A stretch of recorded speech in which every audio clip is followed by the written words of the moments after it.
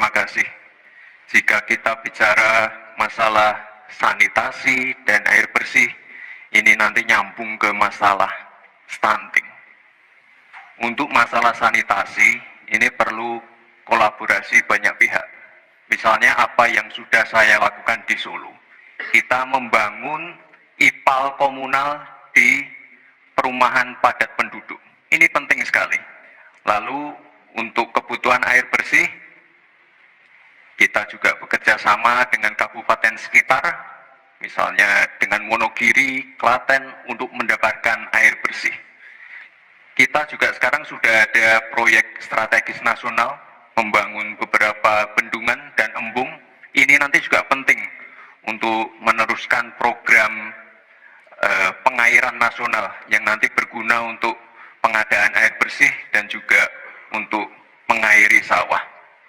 Ke depan, masalah sanitasi dan air bersih ini penting sekali, karena kami dari paslon nomor 2 ingin menyiapkan generasi-generasi emas yang sehat dan pintar.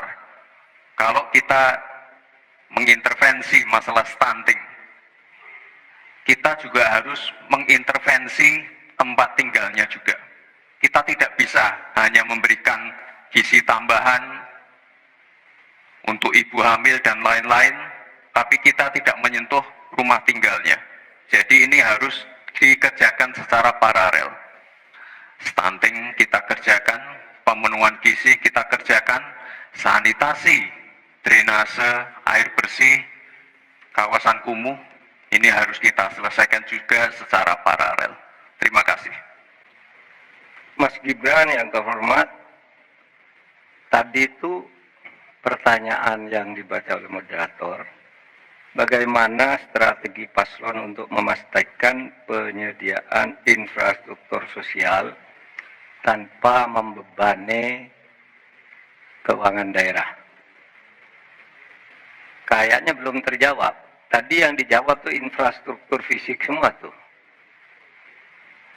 Infrastruktur itu kan ya ada infrastruktur sosial, ya itu yang penting. Kemudian regulasi.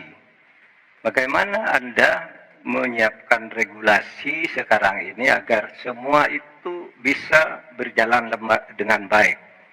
Nah, kalau infrastruktur fisik mungkin sih bisa saja diutak-atik dari APBN, APBD gitu. Ini untuk ini. Tapi masalahnya kita punya problem dengan infrastruktur sosial seperti yang ditanyakan tadi.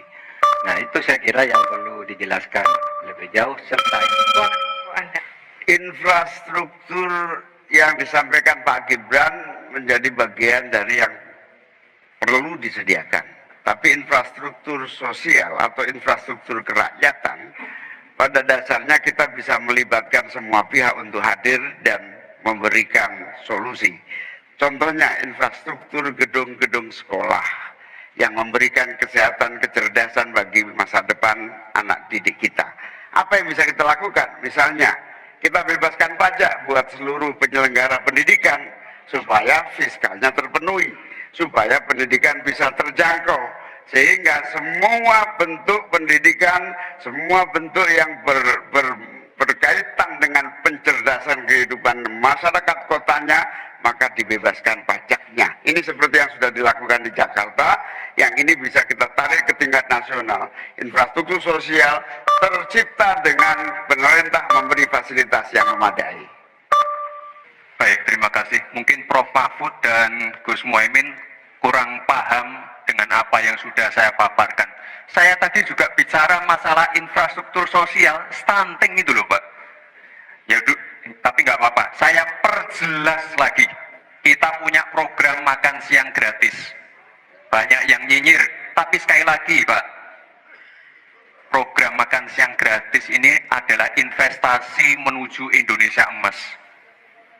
Program makan siang gratis 400T ini adalah stimulan untuk ibu-ibu, warteg-warteg, warung-warung, catering-catering yang ada di daerah.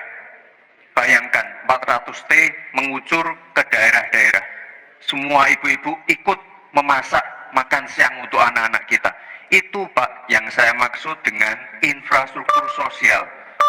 Program makan siang gratis, investasi ke depan untuk menuju Indonesia emas. Terima kasih.